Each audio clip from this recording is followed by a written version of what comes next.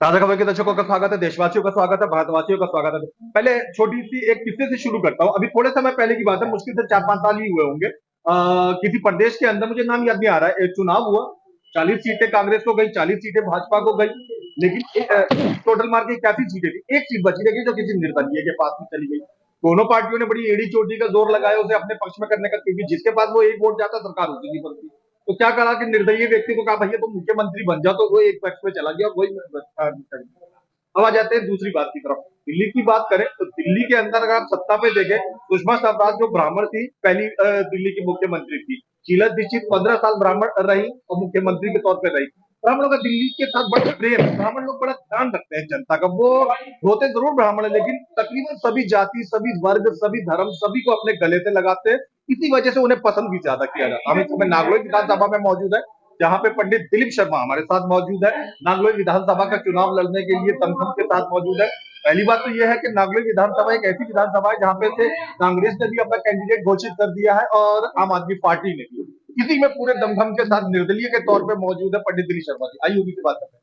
पंडित जी, दिलीप जी शर्मा जी, बहुत बहुत स्वागत है। मैं चाहता हूँ दर्शकों को सबसे पहले अपने बारे में बताएं। मैं पंडित दिलीप शर्मा नागलोई विधानसभा से निर्दलीय उम्मीदवार के रूप में खड़ा हो रहा हूँ, और मैं यहाँ की सारी परेशानियों को देख के मेरे को ये खड़ा होना पड़ा। शुरू से ही नागलोई में रहते हैं? नहीं, मेरे को अभी 10 से 12 साल यहाँ रहते हुए हुआ। इससे पहले मैं और ही कहीं रहता था और सब कुछ करता था। आप रहते कितने साल से थे, उससे ज्यादा इम्पोर्टेंट ये आपका प्रेम कैसा है यहाँ के लोगों के साथ, नागलोई विधानसभा में पूर्वांचलियों के साथ, गैर पूर्वांचलियों के साथ आपका भाईचारा, आपका अपनापन कैसा है? इंटरव्यूज किया होगा आपने, तो मेरे बारे में लोगों ने बताया होगा।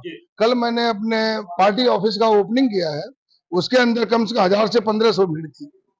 आप इस चीज से अंदाजा लगा सकते हैं कि मेरा पूर्वांचली भाई, मेरा प्रवासी भाई कितना हमारे साथ है।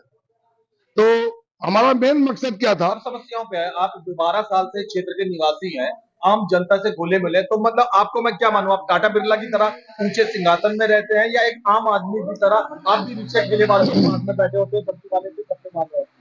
जी, मैं बहुत छोटे तबका का आदमी हूँ। मैं रेडी पे रोटी खाने वाला हूँ। उनके साथ मेरा बहुत ही प्रेम व्यवहार से, हमारे जो प्रवासी भाई हैं, हमारे जो पूर्वांचली भाई है, उन्होंने हमें गले से लगाया कि हमारा कोई अब की बार अपना आ रहा, और मैंने भी उनको अपने गले से लगाया।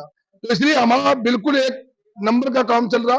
और मैं बहुत ही छोटे फैमिली से हूँ। मेरा जो बचपन है बहुत ही गरीबी में बीता है। मैं मेहनत करके ये आज इस स्टेज पे पहुंचा हुआ हूँ, और हर चीज जानता हूँ। जब एक कोई आदमी दिल्ली में शरण लेने आता है, यूपी, बिहार या मध्य प्रदेश या पंजाब या हरियाणा का मेरा भाई, जब कोई नौकरी नहीं मिलती तो हमारे घर वाले क्या कहते हैं, भैया दिल्ली जाइए, और 2-4 वहां से 500-1000 रुपए लेके हम चले जाते हैं। दिल्ली में आके कितने मुश्किलों का सामना करते हैं हम। मुश्किलों का सामना करने के बाद हमें यहाँ पे कुछ सक्सेस मिलती है। धीरे धीरे धीरे हम यहाँ अपना मकान बनाते हैं, सब कुछ करते हैं। हमें वो चीज पता है कि जब हम आते हैं तो 5 किलो आटा लेते हैं, 5 किलो आटा पन्नी में लाके बना के, और हम दाल चावल खा के अपना गुजारा करते हैं। आज हम उस सक्सेस स्टेज पे हैं। हमने मेहनत करके फैक्ट्रियों में मेहनत करी, हमारी बीबी और हमारी माताएं बहनों ने सबने मेहनत करी। मेहनत करके मियाँ बीवी दोनों मेहनत करते हैं, तो धीरे धीरे पैसा इकट्ठा किया। हमने 25 गज, 50 गज, और हर चीज अपने बच्चों को शिक्षा देने के लिए। हमारी तनख्वाह अगर 10,000 थी तो हमने उसी में अपना खर्चा खाना भी किया, यहाँ पे रहने वाले को रेंट भी दिया, हमने 10 रुपए बचा के रखे भी। उसे धीरे धीरे हमने सब कुछ अपनी बनाई। इसके बाद अब हमारी जितनी भी मूलभूत सब सुविधाएं यहाँ पे, वो हमें नहीं मिलती। हमारे रोड बिल्कुल खराब है, नालियां बिल्कुल खराब है। सारे आप हमारे घर के सामने चल सकते हैं। इस टाइम मेरे घर का सिविल खराब पड़ा है, आज 1 हफ्ता हो गए, वो बिल्कुल ठीक नहीं हुआ। हमारे पानी के 7 कनेक्शन थे, 7 कनेक्शन काट दिए, अब वो जोड़ दिया, लेकिन अभी भी खड्डा पूछ पाता हूँ जितना हमारे घर पे प्रॉब्लम है इस टाइम। इसलिए यहाँ पे नाली की, ये रोड है, इतना जाम रहता है, कोई व्यवस्था। संक्षिप्त मुद्दों पे बताइए, क्या क्या समस्याएं आप महसूस करते हैं कि इतने साल हो गए, विधायक कांग्रेस के भी आके चले गए, आम आदमी के भी आके चले गए, लेकिन काम में आप समस्याएं क्या क्या महसूस करते हैं? ऐसा जी, सबसे पहले पानी इतना गंदा आ रहा, इतना गंदा आ रहा कि किसी जानवर के पीने लायक भी नहीं रहा। हम कैसे छान के फिल्टर करके, जिसके पास पैसा वो फिल्टर करके पीता है, नहीं 20 रुपए वाले बोतल ला के पीते हैं लोग। कोई बता दे किसी को वहां पानी साफ आता हो? किसी को नहीं आता साफ। हाँ जी, सड़कें सारी टूटी पड़ी है सर, और जो सीवर पूरे पूरे भरे पड़े हैं। स्कूल में जो हमारे केजरीवाल जी कहते हैं कि वर्ल्ड क्लास स्कूल है, आप कभी जमीनी स्तर पर देख के देखिए क्या स्कूलों की हालत है। स्ट्रीट लाइट तो कोई नहीं चल रही सर, आप कहीं खुद इंक्वायरी कर सकते हैं या खुद जाके वीडियो बना सकते हैं, कहीं नहीं चल रही। ट्रैफिक जाम सिस्टम सर यहाँ पे बहुत ही मोस्ट प्रॉब्लम है, सबसे बड़ी समस्या। ये 50 फुटा रोड है, 50 फुटा पे अभी मान लिया हमारे समस्या सिर्फ निहाल विहार में जहां बैठे यही है या अच्छा नहीं, पूरे नागलोई विधानसभा में है, एक ही जगह नहीं, पूरे नागलोई विधानसभा में है। और जो यहाँ हमारी 50 फुट की समस्या है, ये तो बहुत ही बेकार समस्या है। अगर हमें किसी को हार्ट अटैक हो जाए, कोई ऐसी प्रॉब्लम आ जाए, आदमी यहाँ से जाना चाहे तो वो कम से कम 30 मिनट 40 मिनट से ही पश्चिम बिहार पहुंच सकता है। तब तक अगर किसी को अटैक आ गया वो तो पहले निकल लेगा जी। तो इसलिए एक तो सबसे, जैसे आपने डाबड़ी मोड़ पे देखा है, डाबड़ी मोड़ पे एक मंडी बनाई हुई है, ऐसी मंडी बनाई जा सकती है, हर चीज व्यवस्था की जा सकती है, मल्टीनेशनल पार्किंग बनाई जा सकती है। अब आप बताइए, जैसे तिलक नगर, रजौरी गार्डन या किसी और जगह मल्टीनेशनल पार्किंग बन रही, क्या यहाँ नहीं बन सकती है? यहाँ पे नहीं बन सकती है। लेकिन जो हमारे यहाँ के नुमाइंदे हैं वो ये काम नहीं करना चाहते, तो हम आप क्या करें। लेकिन इन सारी मजबूरियों को देख के मेरे को आगे आना पड़ा, तब मैं निर्दलीय लौटा। दिलीप शर्मा जी, हजारों लाखों करोड़ों लोग आपको देख रहे हैं, आप दर्शकों के सामने रूबरू हैं इस समय में। एक बात बताइए, जनता लास्ट में जनता ही आपको वोट देगी, आपको वोट देने के लिए कोई अमिताभ बच्चन नहीं जी, मैं किसी पावर नहीं गिरा, लोकल लोग ही हाँ जी।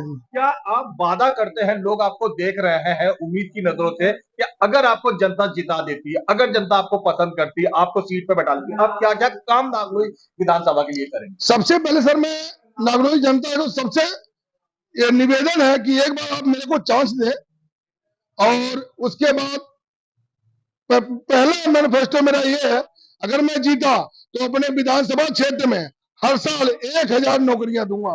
वो हमारे पास विजन है।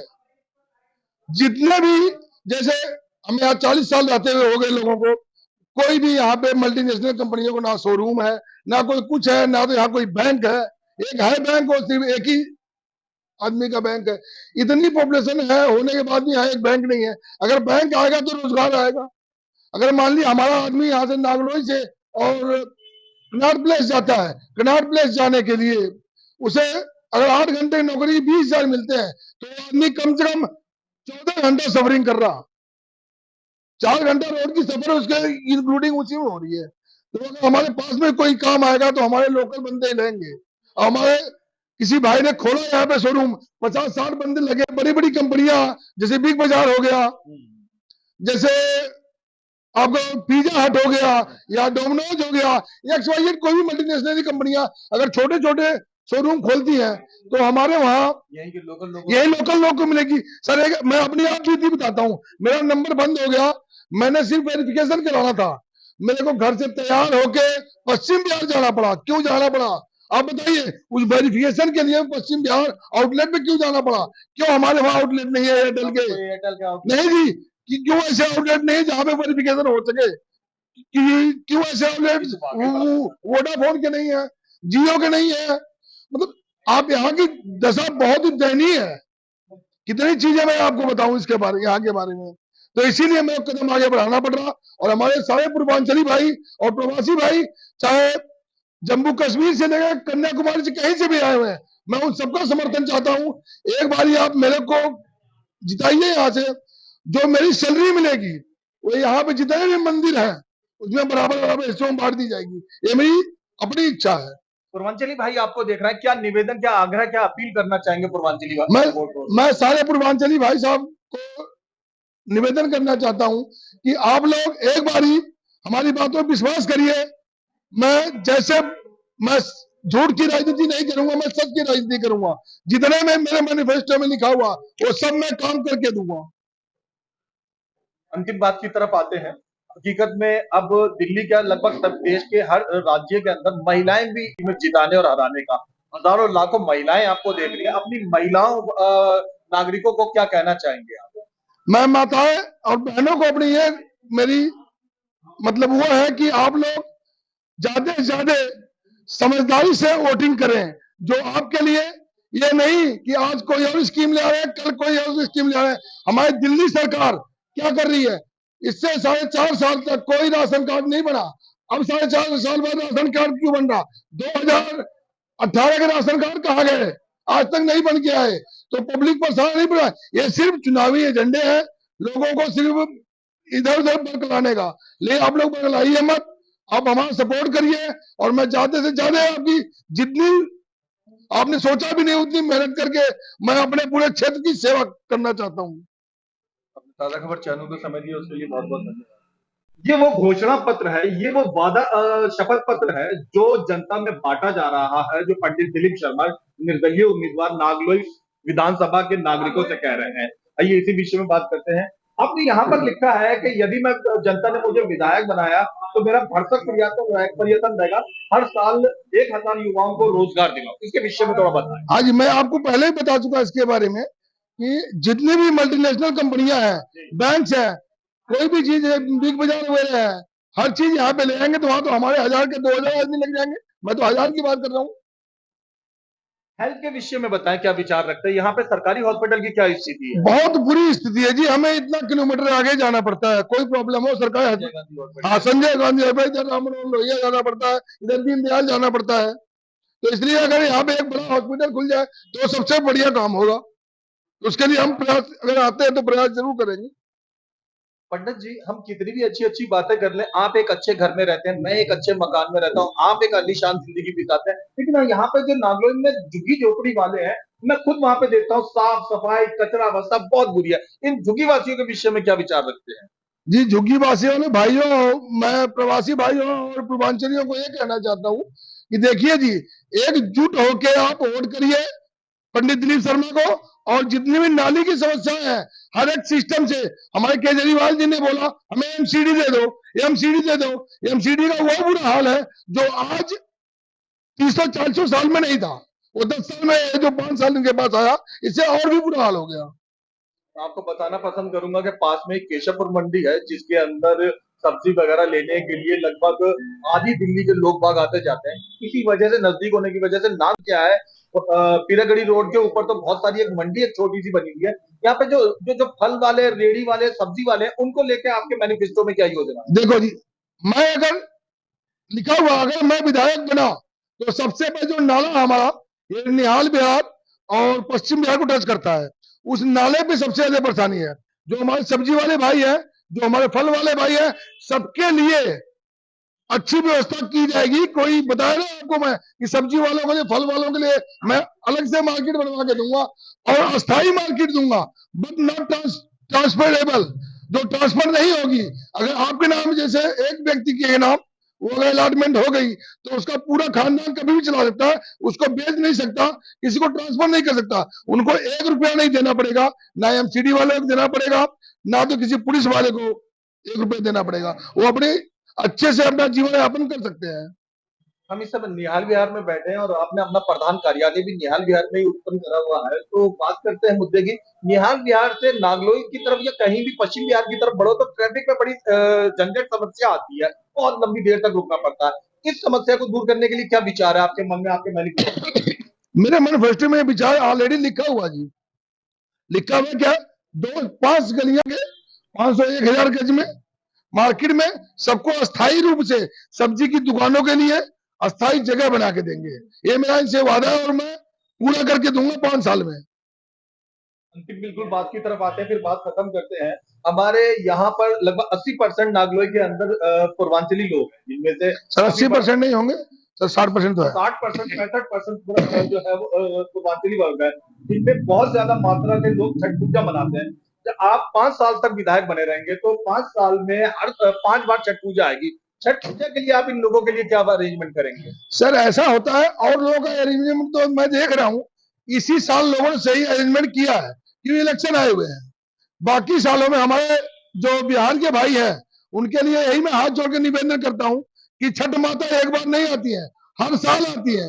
इसलिए आप लोग विचार करिए छठ माता के लिए कि इस साल क्या प्रोग्राम था, इससे पिछले 4 सालों में क्या प्रोग्राम होता है। बदतर हाल था। सर बदतर तो था, अभी भी 4 साल बेहतर रहता है। जो यही साल है वो पंडित जी दिलीप शर्मा जब 20 जनवरी से 22 जनवरी से एक्टिव हो गया है, तब ये लोग एक्टिव हो गए, कितना बढ़िया काम हुआ है। लेकिन अभी भी वो हमारे समझ से काम अच्छा नहीं हुआ।